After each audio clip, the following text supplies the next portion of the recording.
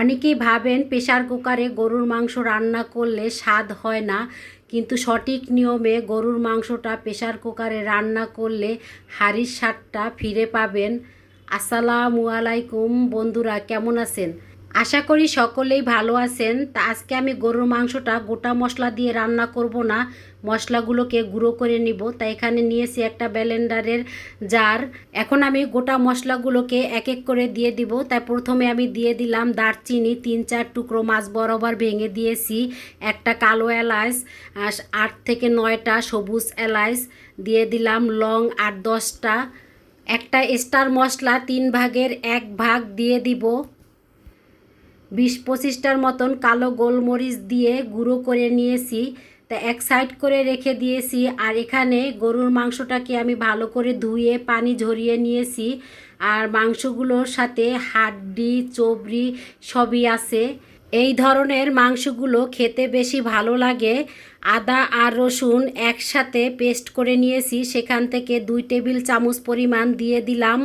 আর দিয়ে দিব half cup পরিমাণ পেঁয়াজ কুচি, 2টা তেজপাতা মাছ বরাবর ছিঁড়ে দিয়েছি, লাল মরিচের গুঁড়ো দিয়ে দিলাম। এখানে ঝাল যে যেরকম খান সেইভাবে দিয়ে নেবেন। আর তবে আমি মনে করি গরুর মাংসতে একটু ঝাল হলে খেতে ভালো লাগে। 4 চামচের 1.5 চামচ পরিমাণ লাল মরিচের গুঁড়ো দিয়ে দিয়েছি, কাশ্মীরি লাল মরিচের গুঁড়ো দিয়ে দিয়েছি 4 চামচের 1 চামচ, ধইনা আর জিরা একসাথে গুঁড়ো করা, তা সেখান থেকে 4 চামচের 2 চামচ পরিমাণ দিয়ে দিয়েছি। এখন দিয়ে দিলাম স্বাদ মতন লবণ আর পরিমাণ মতন সাদা তেল দিয়ে দিচ্ছি। আর যেই মশলাটাকে আমি গুঁড়ো করে নিয়েছি সেই মশলা থেকে এখানে আমি 3 ভাগের 2 ভাগ পরিমাণ দিয়ে দিব, আর সামান্য একটু রেখে দিব।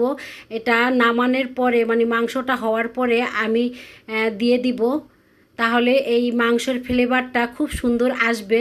এখন আমি হাত দিয়ে ভালো করে মাংসটাকে ম্যারিনেট করে নিব। আর এভাবে হাত দিয়ে ভালো করে যে কোনো মাংসই বলুন আর মাছই বলুন মাখালে কিন্তু বেশ ভালো হয়।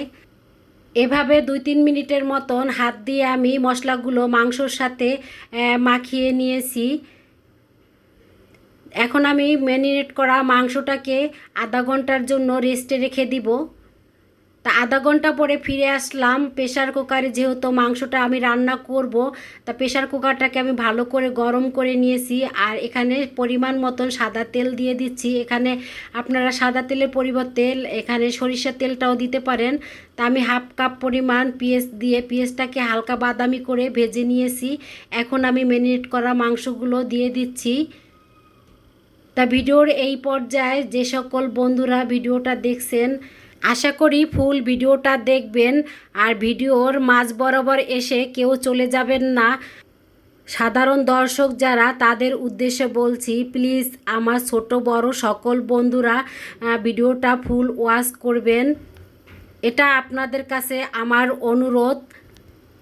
আর যে সকল ইউটিউবার বন্ধুরা আছেন আশা করি তারাও ফুল ভিডিওটা ওয়াচ করবেন। এতে করে আপনার জন্য ভালো আর আমার জন্য ভালো, দোনোজনেরই ভালো। সেই কথা চিন্তা করে ফুল ভিডিওটা ওয়াচ করবেন।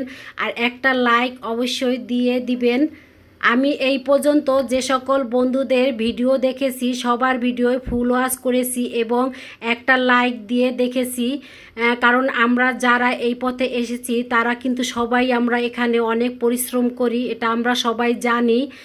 সেক্ষেত্রে বলছি আপনারা এরকম কেউ করবেন না। কারণ আমার এই নতুন চ্যানেলটা ইদানিং দেখছি ভিউজ আসে, তারপরে আবার ভিউজটা কেটে যায়, কেন হচ্ছে তা জানি না।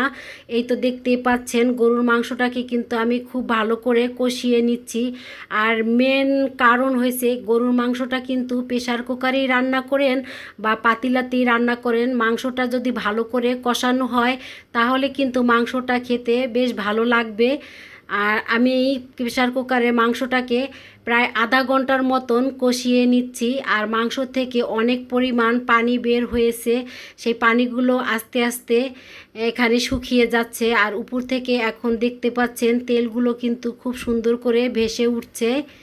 যে সকল বন্ধুরা নতুন রান্না করতে পারেন না তাদের উদ্দেশ্যে বলছি, এভাবে মাংসটা ভালো করে কষিয়ে রান্না করবেন।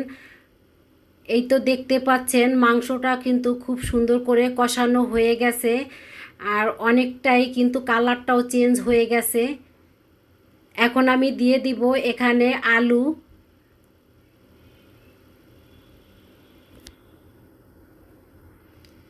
আর আলুটা এই পর্যায়ে দিলে আলুটা কিন্তু ভেঙে যাবে না।